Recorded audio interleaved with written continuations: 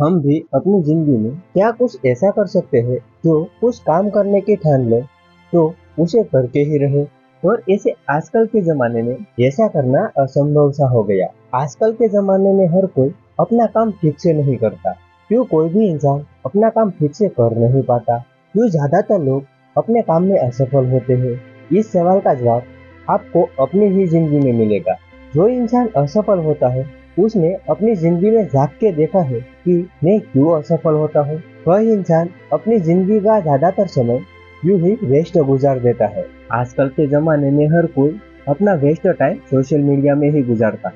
अपने अगल बगल या आसपास या अपने ही घर में देखना कि ज्यादातर लोग अपना टाइम कहाँ वेस्ट करते हैं। क्या आप भी अपना ज्यादा समय वेस्ट करते हैं इन इंस्टाग्राम की रील या वेस्ट वीडियो देखने में?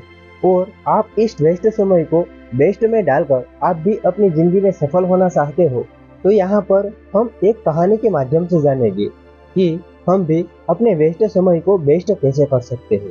तो बिना वेस्ट टाइम और रोक टोक के इस कहानी को जानने की कोशिश करते हैं, हम भी आज के समय को बेस्ट बना सके। यह कहानी है एकलव्य की। एकलव्य को तो हर कोई जानते होंगे।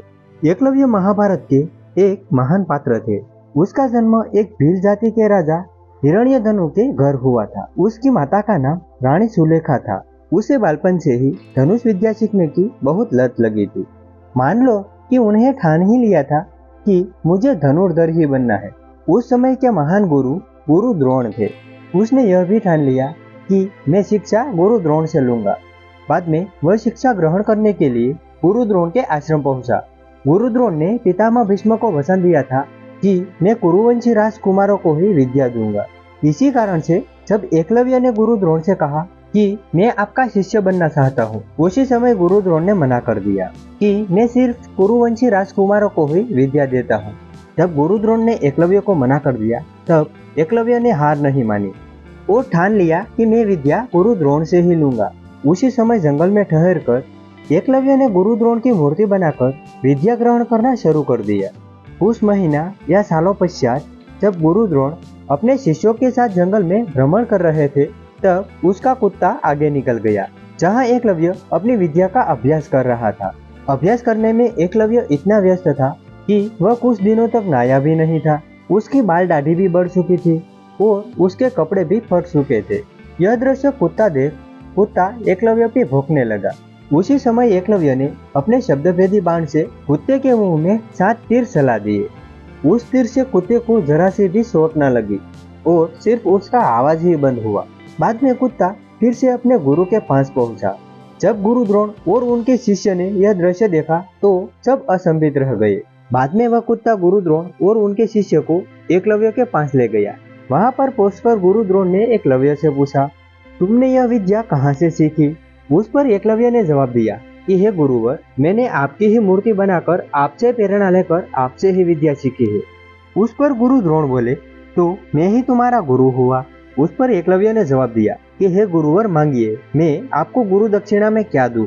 उसी समय गुरु द्रोण को वचन याद आया। मैंने अर्जुन को वचन दिया कि तुमसे बड़ा धनुर्धर दुनिया में और कोई नहीं होगा। बाद में गुरु द्रोण ने एकलव्य से उसका बायां हाथ का अंगूठा मांग लिया और एकलव्य को बिना अंगूठे का निशान भी बताया कि तुम बिना अंगूठे से भी विद्या ग्रहण कर सकते हो। बाद में एकलव्य ने बिना अंगूठे से भी विद्या ग्रहण करना शुरू कर दिया और कुछ ही समय में विद्या ग्रहण कर ली। उसके पश्चात वह अपने राज्य वापस लौट गया। जब उसके पिता का निधन हुआ, बाद में वह राज्य का राजा बन गया।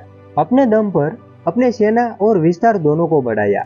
एक समय उसने बिना अंगूठे से भगवान श्री कृष्ण की पूरी सेना को भी परास्त कर दिया, जो उस नारायणी सेना को आज तक कोई नहीं हरा सका था। पर एकलव्य ने अकेले ही बिना अंगूठे से पूरी सेना को परास्त कर दिया। यह दृश्य भगवान श्री कृष्ण ने देखा तो वह भी अचंभित रह गए। तो मित्रों, हमें भी इस कहानी से सीखना चाहिए। जो हमें सीखना है उसे सीखना ही सीखना है। हमें उसका नॉलेज कोई ना भी दे, फिर भी उसके बारे में जानकारी एकत्रित कर वह कला सीखने में अपनी पूरी जिंदगी लगा देनी चाहिए।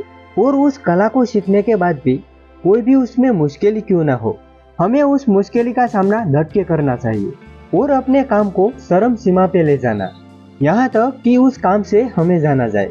तो मित्रों, आपको इस कहानी से कुछ न कुछ सीखने को मिला तो इस चैनल को लाइक करना ना भूले। और ऐसी ही मोटिवेट कहानी के लिए आप इस चैनल को भी सब्सक्राइब कर सकते हो। आप सबको हमारी तरफ से राधे कृष्णा।